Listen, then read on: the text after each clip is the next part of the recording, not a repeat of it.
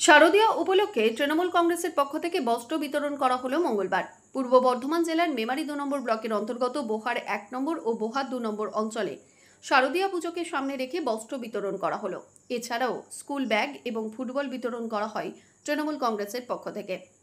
মন্তেশ্বর বিধানসভার বিধায়ক সিদ্দিকুল্লাহ চৌধুরীর উদ্যোগে বোহার 1 নম্বর এবং 2 নম্বর অঞ্চলের তৃণমূল কংগ্রেসের ব্যবস্থাপনায় দুটি অঞ্চলে মিলিতভাবে প্রায় 800 জন ব্যক্তিকে নতুন বস্ত্র এবং স্কুল ব্যাগ বিতরণ করা হয়।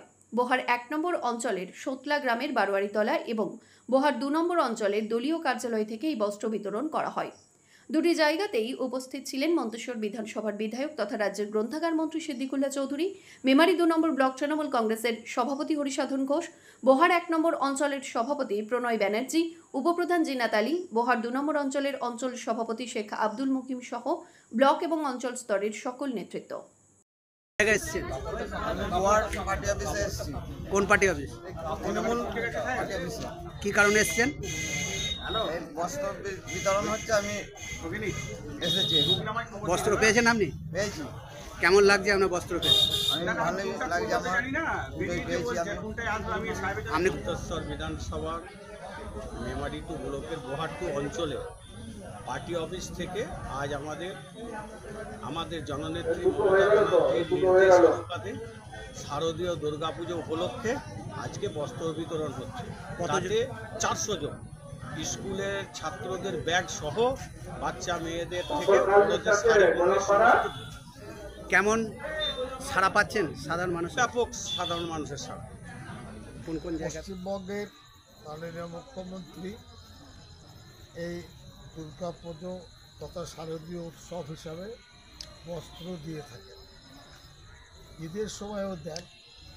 আমি বরাবর এই শারদীয় উৎসব উপলক্ষে মুখ্যমন্ত্রী যেটা দেন তার সাথে আমাদের দলীয় কর্মীরা ব্যাগ বা অন্যান্য শাড়ি সামগ্রী দিয়ে, মশারি দিয়ে তারা আরও সংখ্যা বাড়িয়ে বিতরণ করার সুযোগ দেয়।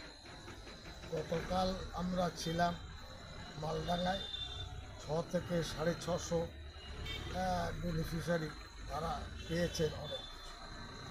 আজকে আমি এসেছি বোহার 1, ওটা হলো সোতলা বাজারে, এবং ওখানে এই উৎসব উপলক্ষে বস্ত্র বিতরণ, ফুটবল, শাড়ি, ধুতি, লুঙ্গি, স্কুলের ব্যাগ সব দিয়ে আসছি।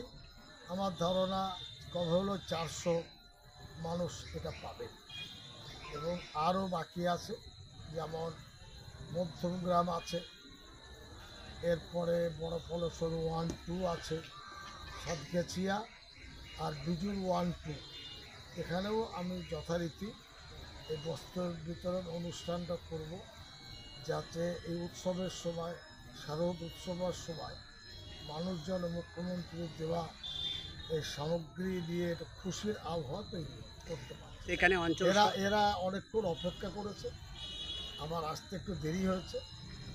মুকিম এখানে আমাকে বলেছিলেন, কিন্তু এরা ধৈর্য ধরতে পারেননি। এরাও যথারীতি এদের ভাগের যে কাপড় তারা সব দিয়েছে। তো আমরা অভিনবভাবে অনেক ক্লাবকে যুক্ত করেছি, 3-4টে করে ফুটবল দিচ্ছি একটা এলাকায়। এতে স্কুল পড়ুয়া ছাত্র তারা বেশি খুশি এবং আনন্দিত হয়েছে। ধন্যবাদ। মৃত্যুঞ্জয় যশের রিপোর্ট, সংবাদ আজকে নিউজ।